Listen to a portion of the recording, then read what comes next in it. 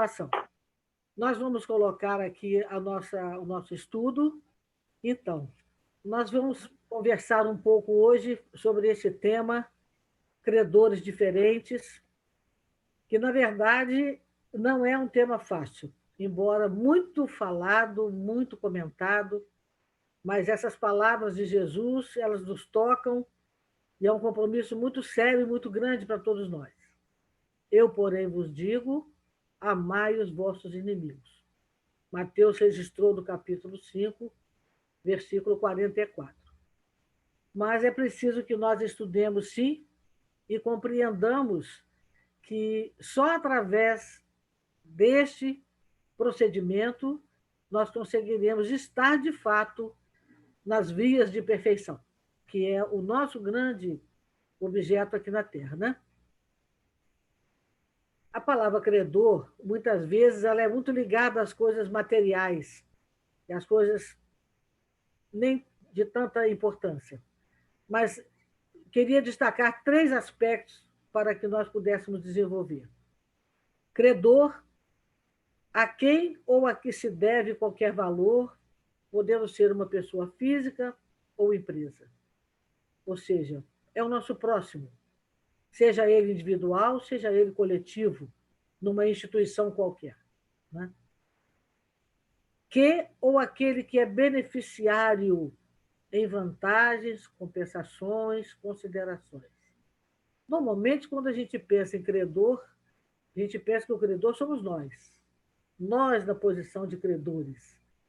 Raramente a gente pensa o outro na condição de credor. Então, aqui a palavra beneficiário é para nós já começarmos a mudar a nossa posição na reflexão que vamos fazer. Que ou aquele que é merecedor, benemérito, digno. Então, o nosso próximo, seja ele qual for, em qualquer condição que seja, ele é o nosso credor. E temos credores diferentes, em situações diferentes. O credor declarado, né? Aquele que nós identificamos, que ele também nos identifica e que nós chamamos muitas vezes de inimigo e que tentamos superar. Existem os credores que nós desconhecemos, aqueles que são originários das circunstâncias da nossa vida. Nenhum de nós vive isolado, né? Estamos sempre ou no trabalho, ou nos grupos sociais, na família, enfim, na vizinhança, enfim. E muitas vezes uma palavra, às vezes um gesto, até a forma de você caminhar pela rua que mora, a falta de um cumprimento, pequenos gestos, coisas simples do cotidiano, podem gerar, sim, credores desconhecidos para nós. Nem sabemos que desenvolvemos na criatura algum sentimento contrário a nós. Mas eles lá estão e lá existem. Existem os credores invisíveis para nós na Terra. Invisíveis porque não os identificamos, estão no mundo espiritual.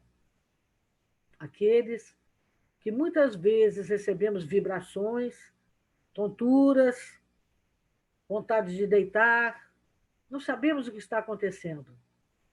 Às vezes, pesadelos, sonhos terríveis, e ficamos imaginando de onde terão vindo tais sensações. Então, existem também esses credores. Mas existem também no nosso universo pessoal, psicológico individual, os credores mentais. Há criaturas que nós não manifestamos a ela, mas elas não saem do nosso pensamento. São aqueles que nós mantemos em nós próprios, a nos atormentar a nós próprios, seja pela geração de energias negativas, seja pelo desejo de que algo aconteça, ou o contrário. Mantemos também em nossa mente aqueles preocupados em nos afetar. Mas Chico Xavier já nos diz que a melhor proteção que nós podemos ter é nós estarmos preparados através da caridade, através da boa conduta, através da caridade. E existem os credores desencarnados, aqueles que eram aqui desafetos, não tinham tanta afinidade e que não buscamos também nos aproximar, ou até por desconhecimento, e que desencarnaram, mas continuam vivos como nunca e estão também a nos observar. Então, Jesus foi muito feliz quando disse e nos concitou para o concilia-te depressa com teu adversário, enquanto estás no caminho com ele. É não deixar para depois. E nós quase sempre deixamos. Nos esquecemos, prorrogamos esse compromisso que Jesus está sempre nos chamando.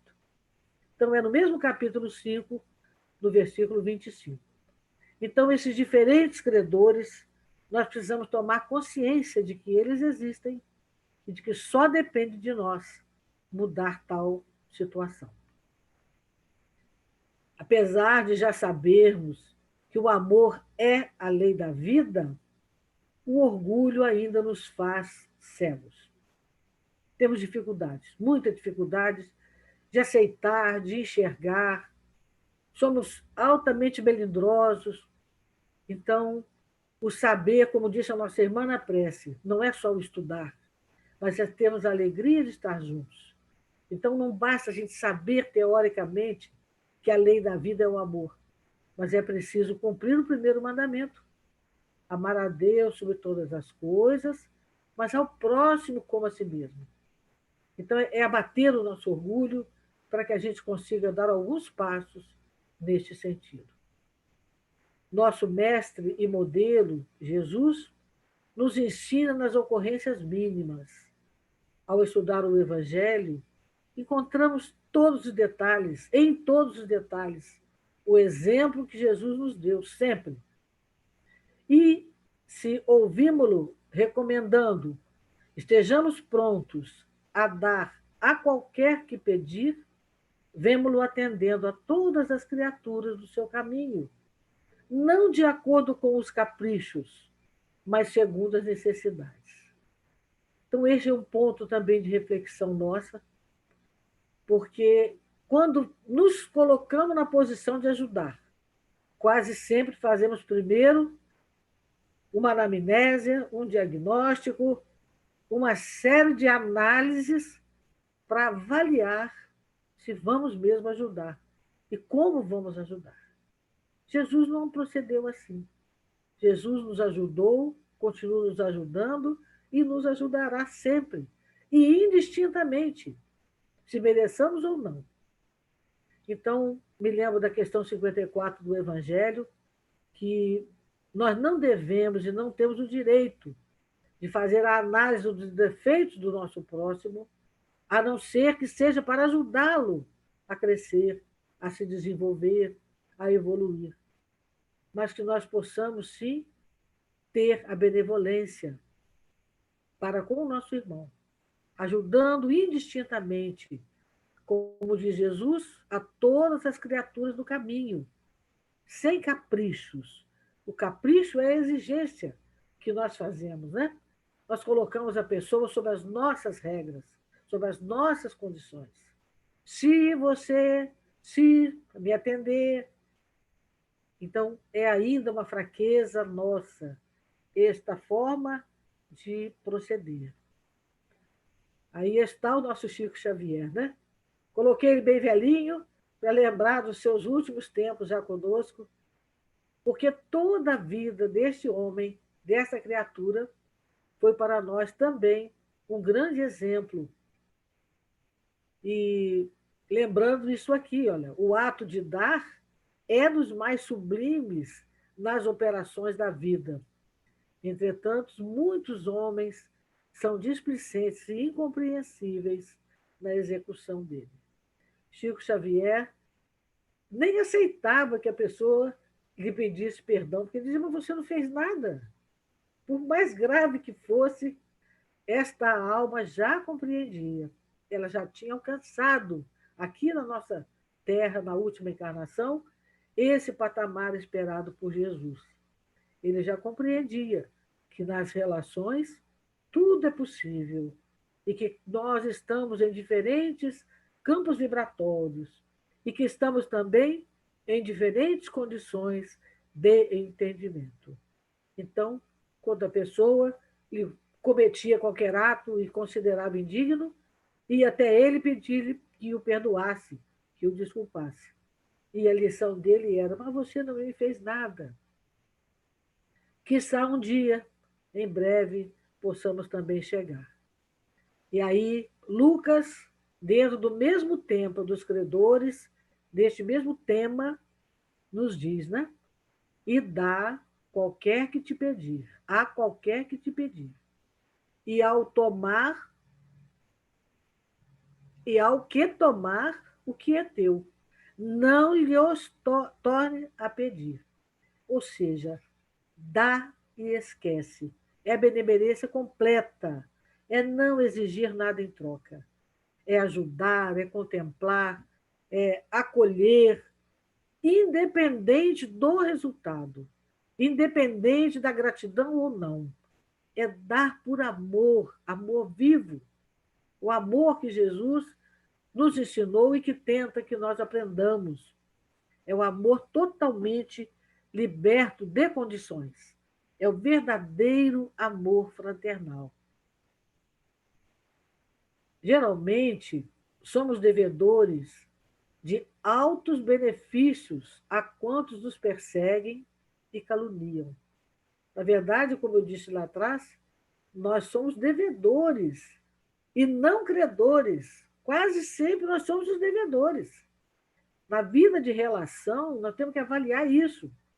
A gente cobra, a gente exige, quer posições de destaque, quer reconhecimento, mas será que nós estamos realmente na posição de credor, no sentido de exigir, como se eles fossem devedores, as pessoas da nossa relação tivessem de fato nos devendo? É uma análise que temos que fazer, né? Na verdade, o Evangelho nos ensina, e Emmanuel nos ensina, que eles constituem para nós os instrumentos que nos trabalham a individualidade. Então, estes credores, que nós às vezes consideramos como inimigos, são os instrumentos que foram colocados pela própria lei divina para nos trabalhar, para mexer conosco, compelindo-nos a renovações de elevado alcance. Ou seja, é naquele momento em que nós somos cutucados, que nós somos provocados, colocados à prova, é que nós temos a oportunidade de parar e refletir. Jamais agir pelo ímpeto, mas contar até 10 ou 100 e ver de que forma nós vamos reagir e interagir com este irmão. Então, compelindo-nos a renovações de elevado alcance, que raramente compreendemos nos instantes mais graves da experiência. Então, o nosso entendimento, por causa do nosso orgulho, por causa da nossa vaidade, do nosso egoísmo, nós não compreendemos aquilo como uma coisa benéfica, como uma oportunidade de nós nos beneficiarmos positivamente. São eles, esses credores diferentes, que nos indicam as fraquezas, as deficiências e as necessidades a serem atendidas nas tarefas que estamos executando nessa encarnação. Nós temos muitas fraquezas, não vemos as nossas fraquezas. Temos muitas deficiências e temos muitas necessidades de melhoria. Geralmente, o nosso amigo não vai nos apontar, mas aquele que temos algum desafeto, algum grau de dificuldade de aproximação, ele vai ser capaz de nos dizer o que é que nós precisamos fazer, onde precisamos melhorar. O homem comumente se faz rubro, nervoso, colérico, né? E indignado uma só vez, quando o inimigo é rude com ele. Então, diante de um inimigo, a gente tem aquele rompante. Você dá aquela explosão, vira as costas, vai embora. Ou faz algum ato. Mas você encerra por ali a questão. Mas pela complacência dos afeiçoados, aqueles que nos acolhem, aqueles que nos toleram, aqueles que têm paciência de superar conosco as nossas dificuldades, aqueles que são bondosos mesmo conosco, nós tornamos-nos pálidos e acarabunhados. E 100 vezes. Então, aqueles que têm conosco a paciência com os nossos erros, toleram nossos erros, as nossas imperfeições, nós também os toleramos. Então, esse parágrafo, Emmanuel coloca para nós, e é uma coisa complexa da gente entender, mas é verdadeira. No dia a dia, é isso que acontece, né? Nós temos aquele rompante com aquele que é o chamado inimigo. Mas aqueles que são os amigos, que batem nas costas, que são complacentes com as nossas imperfeições, nós ficamos mansos também para com ele, aceitando a complacência dele, né?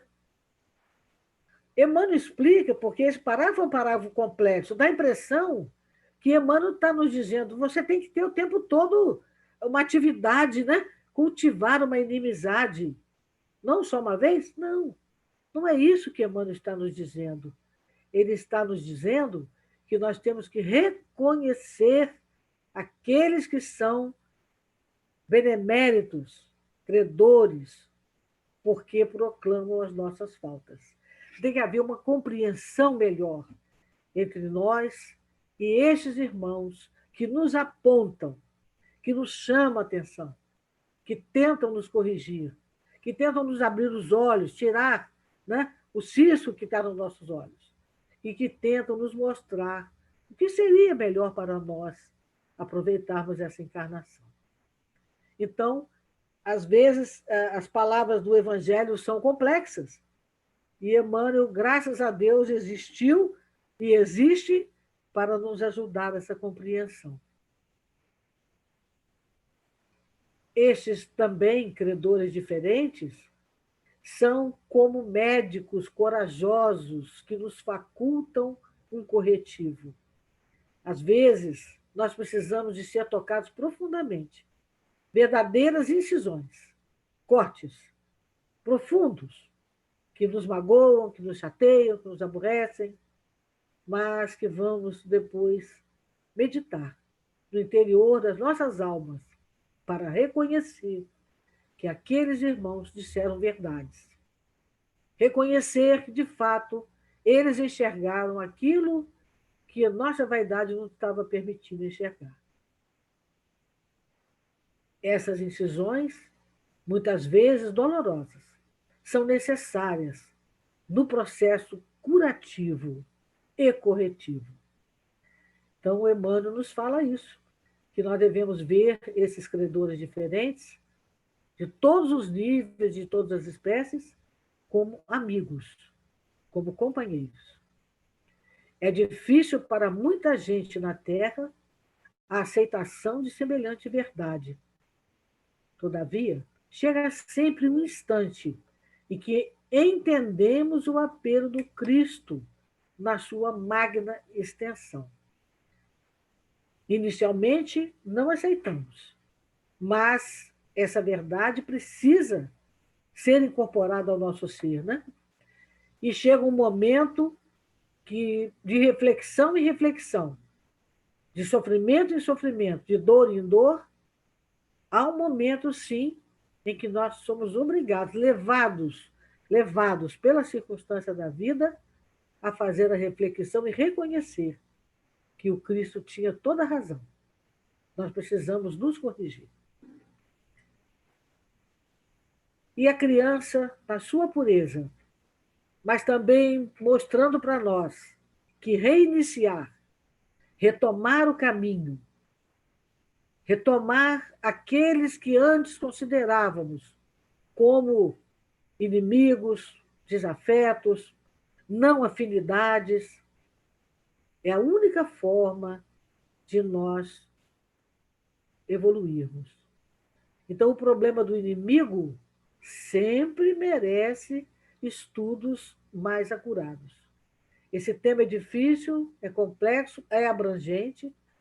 A doutrina espírita tem inúmeros pontos de diferentes abordagens no Evangelho segundo o Espiritismo, no Livro dos Espíritos, no livro Céu e Inferno, nas obras complementares riquíssimas, Humberto Campos com seus inúmeros exemplos, enfim, para que nós possamos ampliar cada vez mais as nossas reflexões a respeito dessa questão. Os amigos, em muitas ocasiões, são imprevidentes, são companheiros, porquanto contemporizam com o nosso mal. Infelizmente, nós ainda gostamos mais dos amigos, né? Daqueles que dizem o que nós queremos ouvir, que dizem aquilo que mais nos agrada. Mas temos que cair na real e perceber que muitas vezes é preciso ouvir uma coisa dura para que nós possamos deliberar e recomeçar uma postura nova, um modo de agir novo, uma atitude nova. Então, que nós possamos, nessa reflexão, como esses dois meninos que retomam essa caminhada abraçados, que nós também possamos identificar os nossos credores e com eles reconciliar, quanto antes, para que a nossa caminhada seja produtiva, para que a nossa reencarnação presente seja a mais proveitosa possível. Sempre é tempo, não importa a nossa idade. Ah, já percorri 10 anos, 20 anos, 30, 70, não importa. Um dia da nossa vida presente, modificação de atitude mental e atitude com o semelhante será contado a benefício. Os adversários, ali no slide anterior, falavam do amigo, né? Que são imprevidentes, porque eles são companheiros nossos e eles contemporizam o nosso mal. Já o adversário, não. Ele é rigoroso. Ele situa-nos com vigor. Ele nos coloca na posição de aprendiz. Isso não significa que o nosso credor, que o nosso desafeto, seja das melhores pessoas, não. Todos nós estamos a caminho, estamos no caminho, conforme diz Mateus, né? Recomendado por Jesus. Todos estamos no caminho. Isso é uma trajetória. Todos nós estamos na trajetória. Mas enquanto estamos nela, uns ombro a ombro com os outros. Esse que é o sentido da palavra estar junto, a fraternidade, a ajuda mútua, a benevolência, a complacência. É isso, é caminhar junto, nos ajudando. Por isso, contempla mais longe a vida. Esta reflexão de que o adversário, no fundo, ele é um grande amigo, né? Por vias outras, ele é um que vai nos ajudar. Esta recomendação de Emmanuel, por isso contempla mais longe a vida, é um comentário de Emmanuel nas palavras de Lucas, nesse capítulo 6, versículo 38. Porque com a mesma medida com que medirdes, também vos medirão. Isso significa que nós não devemos ter a nossa visão encurtada para o momento presente, mas devemos buscar ampliar cada vez mais o alcance das nossas atitudes dentro do contexto da vida mais ampla, não só da vida do planeta Terra, não só desta encarnação, mas da nossa vida universal. Estamos todos interligados. Então é preciso, conforme diz Emmanuel, que nós ampliemos o nosso horizonte e que a nossa vida seja enxergada e contemplada, analisada, planejada, com uma visão de mais longo prazo, mais longo tempo, não para o imediatismo. Porque, de fato, a gente tem certeza, já sabe, que do modo que nós estamos agindo com o nosso semelhante, nós também receberemos esse troco. E eu me lembro muito de um princípio que existe na medição dentro da justiça divina, que é um aprofundamento do estudo do Evangelho, que nos aponta que nós não somos avaliados exatamente por aquilo que nós fazemos exteriormente, pelo pão que nós damos, ou pelo agasalho, ou se temos uma desavença, ou se temos uma discordância, não é exatamente o fato daquele momento, aquele ato, que vai ser usado na medição da nossa evolução, mas sim o resultado daquele ato, o resultado daquela ação. O que aquelas palavras, o que aquele modo, como fizemos uma doação, por exemplo, vai repercutir na alma daquele irmão com o qual nós interagimos. Então, não é exatamente o que nós fazemos, mas é o resultado, são as consequências do que nós fazemos, é que vai para a balança da justiça divina. E quanto a isso também, quase sempre nós estamos equivocados, iludidos. Que nós falamos, vamos fazer, fazer, fazer, mas muitas vezes, se você dá apenas um prato de alimento, ou se você dá uma palavra, um telefonema para uma pessoa, às vezes, que está isolada, aquele modo como você faz, o modo como você atende, as opções que você dá para aquela criatura, vão repercutir na sua alma de um certo modo. E é isso que vai contar.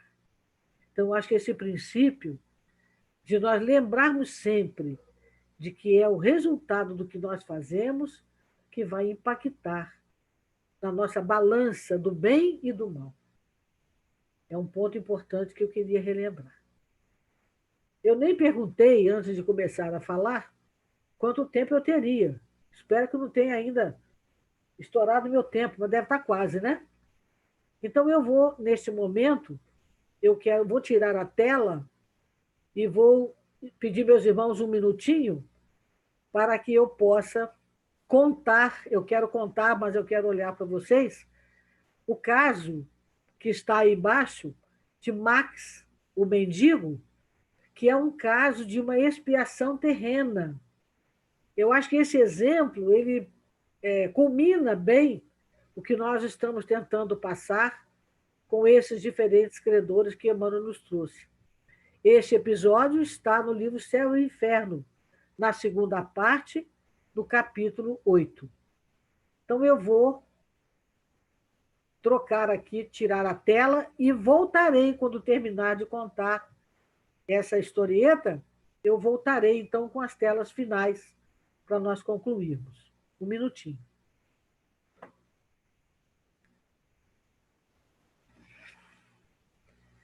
Max, o mendigo. A lei da vida é a lei do amor. E a justiça divina, ela é executada pela lei da reencarnação. 1850, Vila da Baviera. Morreu um velho de quase 100 anos, conhecido como Pai Max. Não possuía família. Havia meio século que ficara inválido para ganhar a vida. Passou a viver da mendicidade, que ele dissimulava vendendo umas quinquilharias pelos arredores. Deram-lhe o alcunha de Conde Maxi, e a criançada da vila, que o fazia rir, só o chamava de Conde. Um contraste entre a sua fisionomia, suas maneiras e a sua distinção e a sua miserabilidade. Muitos anos depois da sua morte, Max apareceu em sonho para a filha de um proprietário de um castelo. Outrora, ele havia hospedado neste castelo na estribaria, pois não tinha casa própria. Nessa aparição a esta jovem, ele disse para ela: agradeço o terdes lembrado do Max nas vossas preces, porque o Senhor Jesus as ouviu. Alma caridosa que se interessou pelo velho mendigo. Quereis saber quem sou? Vou lhe dizer e deixar um ensinamento para todos. E aí ele começa a relatar a história dele, né? Para que a jovem entendesse. Há cerca de 1 século e meio, eu era um dos ricos e poderosos dessa região, orgulhoso da minha nobreza. A fortuna só me serviam para os prazeres, para o jogo, para os deboches, para as orgias, que eram minhas únicas preocupações na vida. Quanto aos vassalos, os julgava animais de trabalho destinados a servir-me. Eram espezinhados e oprimidos para prover minha dissipação. Surdo aos seus queixumes e também ao dos infelizes, ainda achava que eles deveriam sentir-se muito felizes em poder satisfazer-me nos meus caprichos. Morri cedo, exausto pelos excessos, sem ter experimentado qualquer desgraça real. Tudo parecia sorrir-me. Passei na terra por um dos homens mais ditosos do mundo. Funeral suntuoso, os boêmios a lamentar a perda do ricaço. Mas, na verdade, sobre meu túmulo, nenhuma lágrima derramou-se, nenhuma prece se fez por mim a Jesus. Minha memória passou a ser amaldiçoada por todos aqueles para cuja miséria eu contribuíra.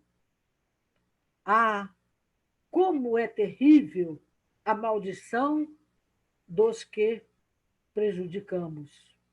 Essa maldição ressoou nos meus ouvidos durante longos anos, que me pareceram uma eternidade. Depois, por morte de cada uma daquelas vítimas, era um novo espectro ameaçador ou sarcástico que se erguia diante de mim, a perseguir-me sem tréguas, sem que eu encontrasse um vão, um beco onde esconder-me daquelas vítimas e das vistas daquelas vítimas. Nenhum olhar amigo. Os antigos companheiros de devassidão, infelizes como eu, fugiram todos. Oh, como desejei um instante de repouso por um copo para saciar a sede que me devorava. Nada mais eu possuía. Todo o ouro a jorrar, derramado sobre a terra, não produzia uma só bênção, uma só que fosse. Eu não produzi nada enquanto ricaço. Ouviste, minha filha? Cansado por fim, oprimido, como viajor perdido, exclamei. Meu Deus, tende compaixão de mim. Quando terminará essa situação horrível? Então, uma voz, que foi a primeira que eu ouvi depois que deixei a terra, disse-me: quando quiseres.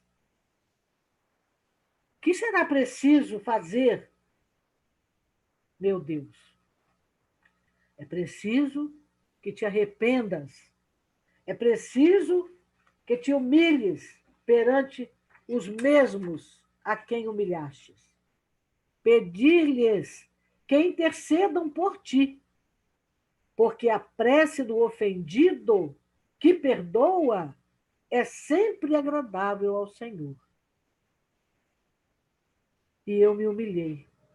E eu pedi aos meus vassalos e aos servidores que ali estavam, diante de mim, cujos semblantes, pouco a pouco, mais benévolos agora, acabaram por desaparecer.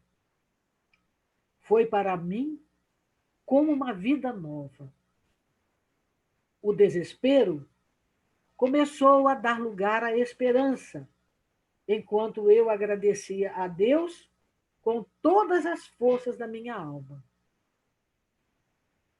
Alguns anos depois, reencarnei numa família de burgueses pobres. Ainda criança, perdi meus pais e fiquei somente sozinho no mundo. Fiquei desamparado.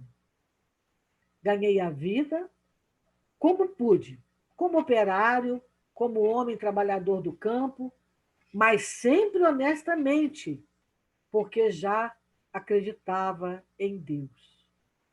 Aos 40 anos, fiquei totalmente paralítico. Aí mendiguei por mais 50 anos, por essas mesmas terras onde eu fui um absoluto senhor. Durante o sono, nesta época, de menino, abandonado e de homem, mendigo, percorria esses mesmos castelos, onde reinei como déspota. Ao despertar, sentia de tais visões uma impressão de amargura e de tristeza. Mas nunca uma só queixa saiu dos meus lábios. Eu compreendi que tinha que agradecer. Quando Deus, então, achou por bem me chamar de volta, exaltei de alegria e exaltei a sua glória, por me haver sustentado com firmeza e resignação numa penosa prova, na qual recebo agora a recompensa. Quanto a vós, minha filha, eu vos bendigo por terdes orado por mim. A doutrina espírita, santa doutrina espírita, né? Eu me lembro muito da Maria Olegária, grande amiga, como a gente aprendeu a amar essa doutrina.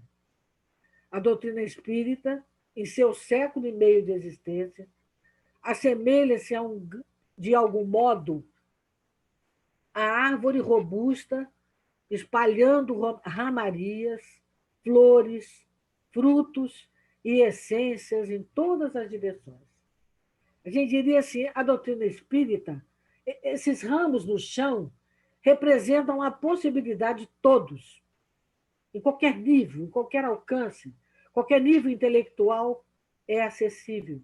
A doutrina espírita ela é acessível a todos, todos, todos. Mesmo aquele que está rastejando, até aquele que está no mais alto. Que princípios afins com essa doutrina, né? Se eles instalem nos movimentos a maneira de aves tecendo ninhos transitórios nos galhos de tronco generoso, isso é inevitável. Ou seja, ao lado da doutrina espírita, surgem princípios outros que não são os princípios genuínos da doutrina espírita. Como ele diz, numa árvore, plantam-se ninhos diferentes, né? Que são transitórios. Isso é inevitável. Assim como na natureza, na doutrina espírita também. outros enxertos, vamos assim dizer. Contudo, que os lavradores do campo lhe deem fidelidade e carinho a essa árvore, a essa doutrina, para que as suas raízes se mantenham puras e vigorosas. Esta é uma outra proposição, sem sombra de dúvida. Emmanuel nos chama a atenção nestas palavras para a responsabilidade que temos como espíritas, da manutenção da doutrina genuína, dos princípios evangélicos, de sermos fiéis, como ele diz a palavra fidelidade, né? Fidelidade ao ensinamento correto. Então, responsabilidade dos espíritas para com a doutrina e para consigo mesmo. Somos espíritas? Vivamos de acordo com os princípios espíritas. Não vamos enxertar, não vamos criar outras coisas. Não vamos combater o inimigo, não vamos combater o credor com outras fórmulas, procedimentos, a não ser o amor, a caridade, a benevolência. Porque Jesus deixou para nós o Novo Testamento, revelação divina, que veio por instrumentos humanos. Quais foram os seus autores, né? Mateus, Marcos, Lucas, João. E ele continua apresentando-nos muitos degraus de revelação e conhecimento. O Evangelho, somente acessível pela evolução com o tempo ou pela iluminação com o esforço próprio. Esse parágrafo é de mínimos no livro A Síntese do Novo Testamento. Mínimos que com muito carinho a gente cita aqui, porque o conhecemos. Nosso irmão Vantuil de Freitas, da Federação Espírita Brasileira, em grande experiência, através da qual muito aprendemos, né? Quanto à fidelidade doutrinária e quanto à fidelidade das nossas atitudes em relação a Jesus Cristo. Então, nunca nos esqueçamos que a revelação de Jesus, ela se dá em degraus, de várias formas, para que cada um de nós, como naquela árvore que estava lá com seus galhos se arrastando, tem palavra para aquele que ainda está no início, tem palavra para aquele que já pôde aprofundar. Então, que Jesus, este mestre amado, possa nos ajudar, possa nos alertar através do nosso coração, através do nosso íntimo, a aproveitar ao máximo a convivência fraternal na Terra, através das nossas famílias, através do nosso trabalho, das nossas comunidades, nos lembrando daqueles mais necessitados, sempre tratando-os como o próximo. Este é e estes são os nossos próximos. Que Jesus possa nos abençoar, hoje e sempre. Muita paz a todos.